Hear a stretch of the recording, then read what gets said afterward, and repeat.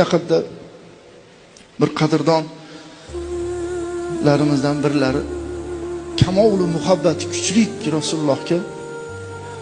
Shu bola 10 kun Rasululloh bilan birga yashayman. 10 kun Rasululloh yashagan shaharda yashayman. 10 kun Rasululloh olgan havodan men ham nafas olaman deb Madina-i Munavvaraga o'zi elektronlik hujjatlarni qilib, cho'ntagiga pulni solib, gruppaga qo'shilmasdan o'zi ketdi-da. Aytadi, Madina-i Munavvaraga bordim. Gastinitsa dedi $7 ekan dedi bir kishiga. Bir kunlik $7. Shuni pulni berdim.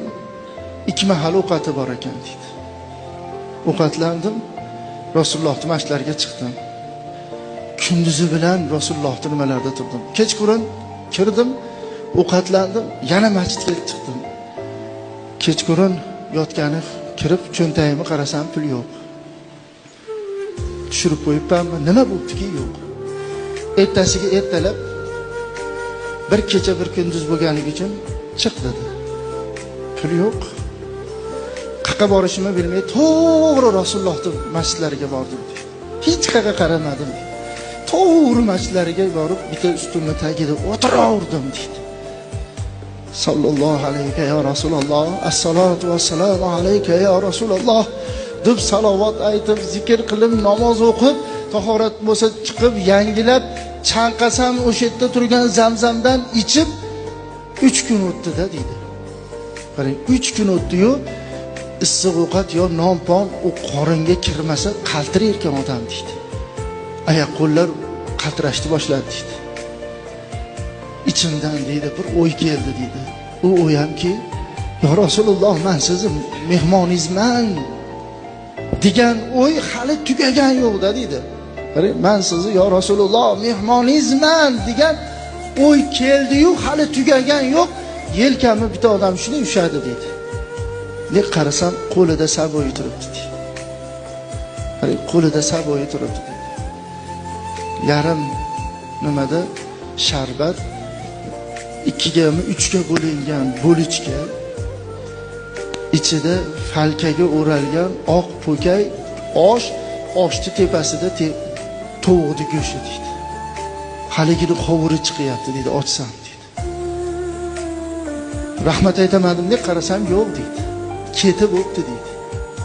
Sekin chekkaga olib o'tib, o burchakroqqa borib olib yedim deydi. Yappani ko'zimdan yosh oqyapti-da. Yappani ko'zimdan yosh oqyapti. Shunchalik tez oldi. Shunchalik hali tilimda aytganim yo'q. Qalbimda, miyamda ikkovi kam bo'lib o'yladim xolos deydi. Qorimni to'yg'azdim, rosa yig'ladim deydi. Rosa yig'ladim deydi. Namozni o'qib tahoratimni yangilayman deb shunday eshik tagiga borsam, bitta odam alang-jalang qilyapti. 3 ta bola deydi. Bir mahal yaqinlasam, meni to'xtatishdi, aytdi, tarjimon kerak emas deydi. Biz 3 kishimiz 4 kishilik joyda yashaymiz. Bittasini biz mehmon qilamiz. Yur biz bilan. Yotoqxonang bepul, yeb ichishni biz qilamiz. Yur biz bilan. Biz yerda 4 kun turamiz. Xo'p dedim, yo'q ham demayman dedi. 4 kun turishdi, ular Makka ga ketishyapti-yu. Men so'radim. So'rasam hozir deyishdi, Rasteshinni tarjimonni chaqirishdi dedi. Men so'radim, nimaga meni bular 3 kundan beri mehmon qilishyapti? Yotag'imni ham, oziq-ovqatimni ham qilishyapti, so'rab berchi, imon ishorada tushunmayapman. Desa, bitta bola yig'labdi-da. Rasulullohni tush ko'rdim men. Meni masjidda bitta mehmonim bor. Shu bolani surati ko'rsatildi. Shu bolani mehmon qilib joy qilib beringlar, men sizlarga shafoat qilaman dedilar. Shu suratni biz 3 kun oqtardik-da.